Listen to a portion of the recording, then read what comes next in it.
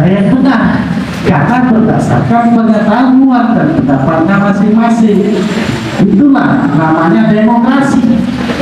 Setiap orang boleh mempertahankan hak dan pendapatnya sesuai dengan cara berpikir dia, dan kita tidak boleh menyalahkan orang tersebut. Siapa tahu batas kemampuan berpikirnya hanya sebatas yang itu, belum berkembang.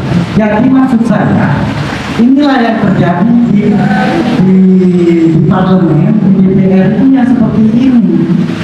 Makanya diputuskan suara terbanyak. Kalau ternyata pendapat dari tiga ini semuanya salah, artinya apa yang saya sampaikan tadi, pertarungannya apa? Siapa yang paling dikit salahnya? Kan gitu. Oke, tiga-tiganya kita anggap semua pendapatnya salah. Artinya siapa yang akan kita pilih? Pendapat siapa yang kita pilih? Kita ukur tingkat kesalahannya yang paling minimal itu siapa? Apa Mas Edwin, apa Mbak Bella, apa Mbak Nina.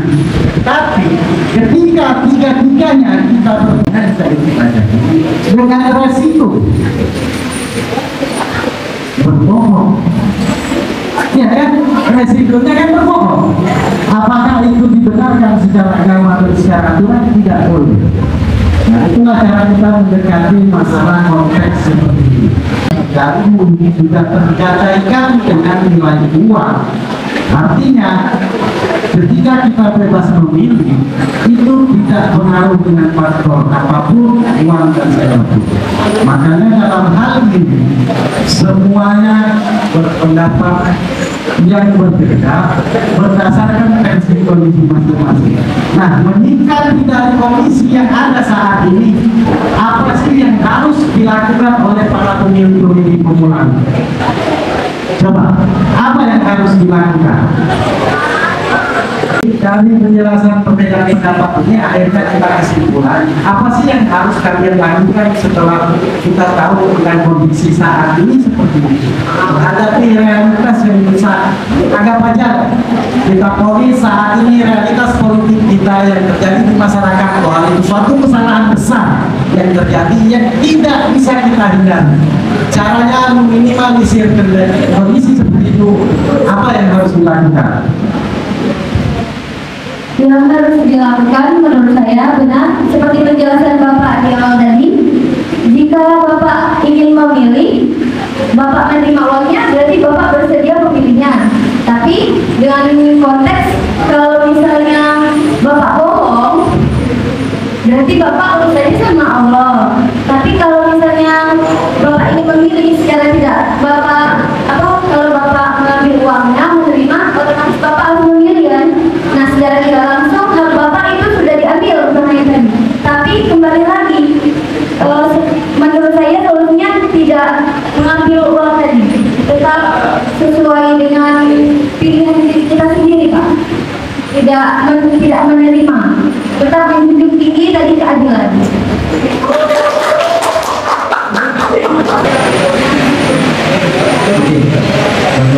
Tadi kan sudah dijelaskan oleh Bapak, benar, tapi itu. Jadi menurut pendapatku di lapangan, kita sebagai pemilih pemula atau pemilih yang baru pemilih, yaitu lebih banyak memahami visi-visi dari kader tersebut dan tidak menerima solusi apapun sesuai hati nurani kita atas memilih dari rasa ingin kita memilih dia menjadi seorang DPR, itu presiden dan wakil presiden. Sekian dan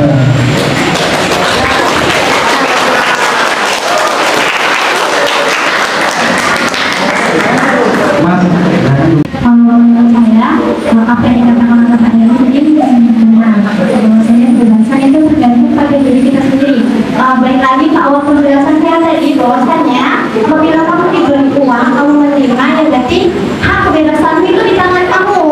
Jadi apabila kamu menerima uangnya, itu kebebasanmu untuk memilih. Apabila kamu memilih, kebebasan saya memberikan kamu uang, lalu kamu memilih saya dengan memberikan uang, berarti kebebasanmu kamu pakai untuk memilih saya. Jadi tidak ada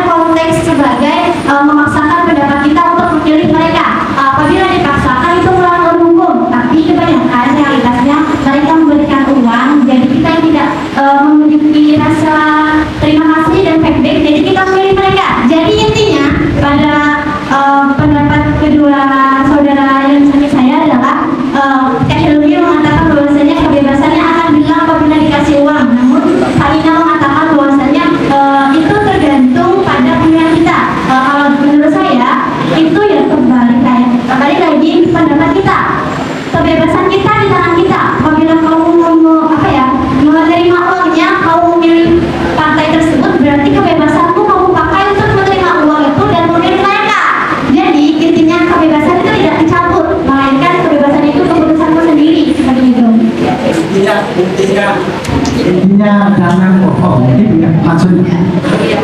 Kalau sudah terima duit, kamu tak Iman. Sekarang saya minta kasih atas keberanian dari kalian menyampaikan pendapat dengan argumennya masing-masing, tapi bisa menerima pendekatan dan pendapat yang jauh lebih baik dibandingkan dengan pendapatnya masing-masing, kan begitu? Itulah realitas demokrasi seperti ini. Itulah yang terjadi di gedung-gedung parlemen seperti ini. Jadi jangan bilang gak penting. Saya yakin dari perdebatan tadi ada hikmah yang bisa kalian ambil. Bagaimana menentukan sikap, namanya hikmah di bawah-bawah. Iya kan? Iya. Nah, iya. Ada hikmah yang diambil dari perdebatan tadi. Ternyata perbedaan itu bukan suatu permusuhan, tapi suatu hasanah untuk mempersatukan. Ya. Harapan saya ke depan kalian sekaligus closing statement ya. Ada lagi ya, Bu. Ini bagi saya sudah selesai ya. Harapan saya kalian adalah generasi masa depan. Usia kalian bahkan lebih tua dari anak saya, lebih muda dari anak saya. Anak saya sudah semester berapa itu? Jadi Mas Ferdi, masa depan kalian tentang daerah yang ada pada lingkungan desa, kecamatan, kabupaten, kemudian bangsa dan negara ini, kalian adalah penentu masa depan itu. Ketika kalian salah dalam menentukan sikap dan pilihan yang hanya diberikan kesempatan 5 tahun, sangat mempengaruhi terhadap diri kalian secara langsung, karena kalian akan menikmati kebijakan-kebijakan hari ini yang ditetapkan oleh pemerintah yang dalam diwakili oleh pemimpin-pemimpin yang kalian pilih. Ketika salah dalam memilih, kalian sendiri yang akan menikmati. Dan kesempatan itu hanya datang 5 tahun sekali.